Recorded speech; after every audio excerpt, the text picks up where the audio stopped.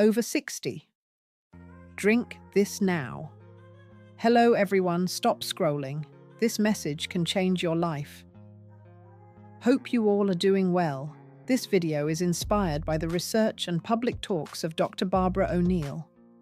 What if the quiet heaviness in your legs is not simply age, but a whisper from your arteries asking for attention?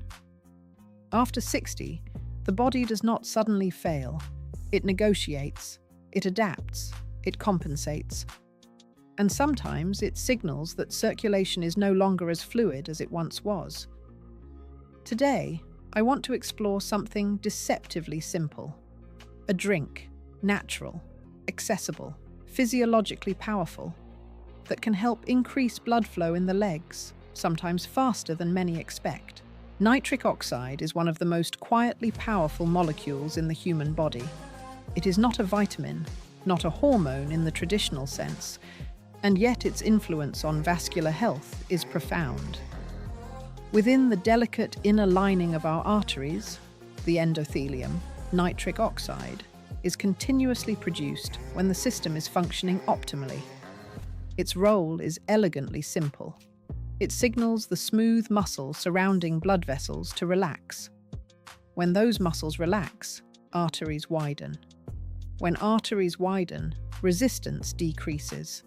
And when resistance decreases, blood moves with greater ease toward the tissues that depend on it. After the age of 60, this process often becomes less efficient. The endothelium may lose some of its responsiveness due to oxidative stress, reduced enzymatic activity, and cumulative exposure to inflammation.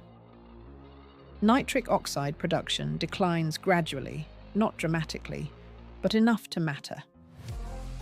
The legs, positioned at the farthest reaches of the circulatory network, begin to feel this subtle shift first. Muscles may fatigue sooner. Feet may feel colder. Walking long distances may require more effort. These sensations are not random. They are reflections of diminished vascular flexibility. Here is where nutritional physiology becomes deeply relevant. Certain foods contain inorganic nitrates, natural compounds that the body can convert into nitric oxide through a fascinating biological pathway. When we consume nitrate-rich vegetables, such as beets, the nitrates are absorbed into circulation and then concentrated in saliva. Oral bacteria convert them into nitrites, which are swallowed and further reduced into nitric oxide within the bloodstream, especially under conditions of lower oxygen tension, precisely where improved blood flow is needed most. Beetroot juice stands out because it delivers a concentrated source of these dietary nitrates in a form that is rapidly absorbed. Clinical investigations have demonstrated that within 2 to 3 hours of consumption, measurable vasodilation can occur. Blood pressure may decrease modestly, arterial compliance may improve, and peripheral blood flow, particularly to skeletal muscle, can increase. For older adults experiencing mild circulatory compromise, this can translate into improved walking endurance and reduced sensation of heaviness in the calves. What makes this process remarkable is that it does not override the body's intelligence. It supports it. Dietary nitrates simply provide raw material for a pathway that already exists. The endothelium regains some of its capacity to signal relaxation. The vessels respond, oxygen delivery improves, the tissues in the legs receive what they have quietly been requesting. And in that restoration of flow, even modest improvements can feel deeply significant to someone who has begun to sense the narrowing rhythms of age. Blood is often imagined as a simple red fluid moving through hollow tubes, but physiologically, it behaves more like a dynamic suspension of living cells within a protein-rich plasma. Its flow characteristics depend not only on the diameter of vessels, but also on viscosity, the internal resistance of blood to movement. As we move beyond 60, subtle shifts occur in hydration status, plasma composition, red blood cell flexibility, and inflammatory markers. These changes can increase viscosity slightly, And even small increases in thickness require the heart to work harder to push blood through peripheral arteries that may already be narrowed by time and atherosclerotic change. When blood becomes relatively more viscous, microcirculation suffers first. The smallest capillaries in the calf muscles and feet rely on smooth, laminar flow. If the flow becomes sluggish, oxygen delivery declines, metabolic waste accumulates more slowly, and tissues fatigue earlier. This is why some individuals experience that familiar heaviness after short walks. The issue is not always major blockage. Sometimes it is diminished efficiency in the microscopic highways of circulation. Hydration is foundational in this equation. Adequate fluid intake maintains plasma volume and reduces relative thickness. Yet hydration alone does not address the oxidative processes that stiffen arterial walls and damage endothelial cells.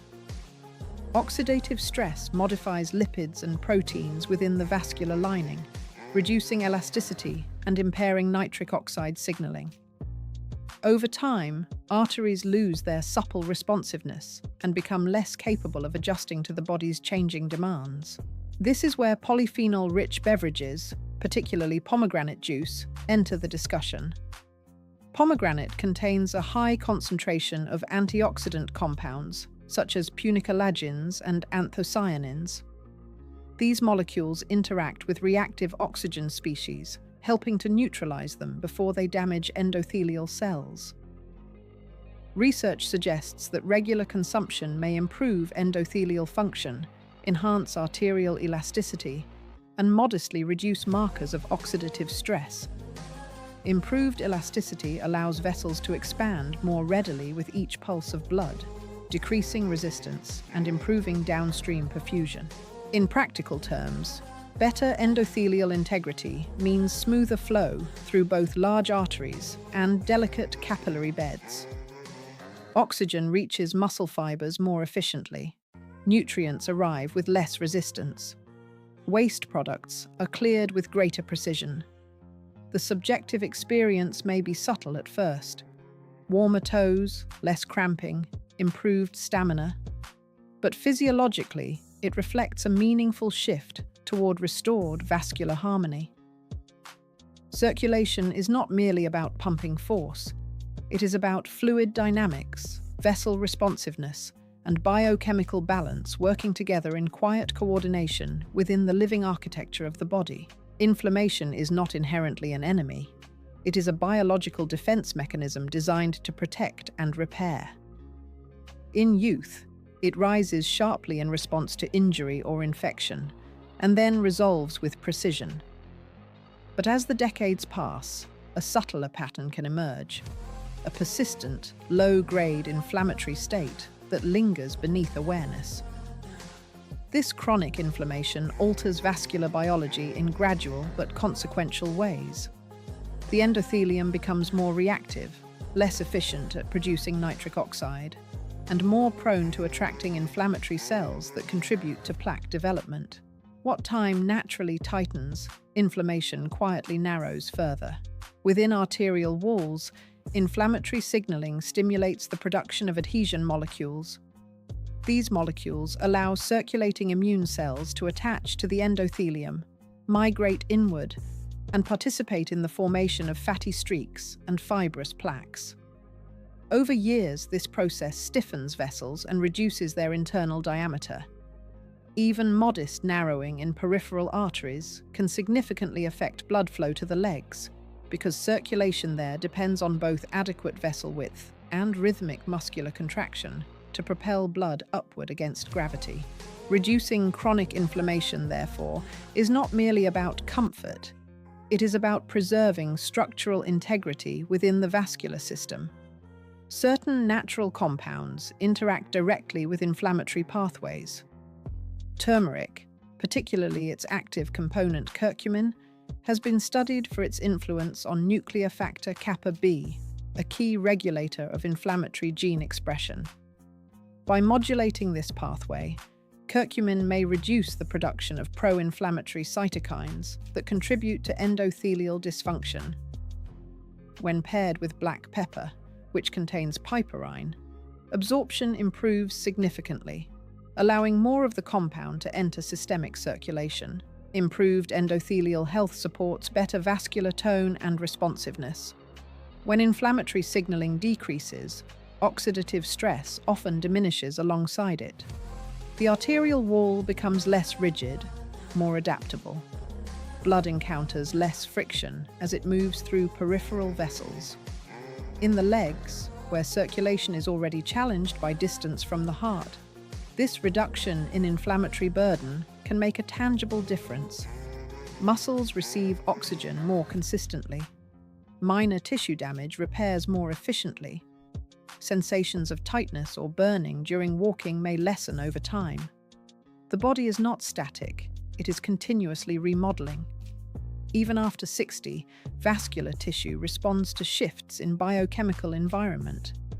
When inflammatory pressure eases, the endothelium can regain part of its regulatory capacity.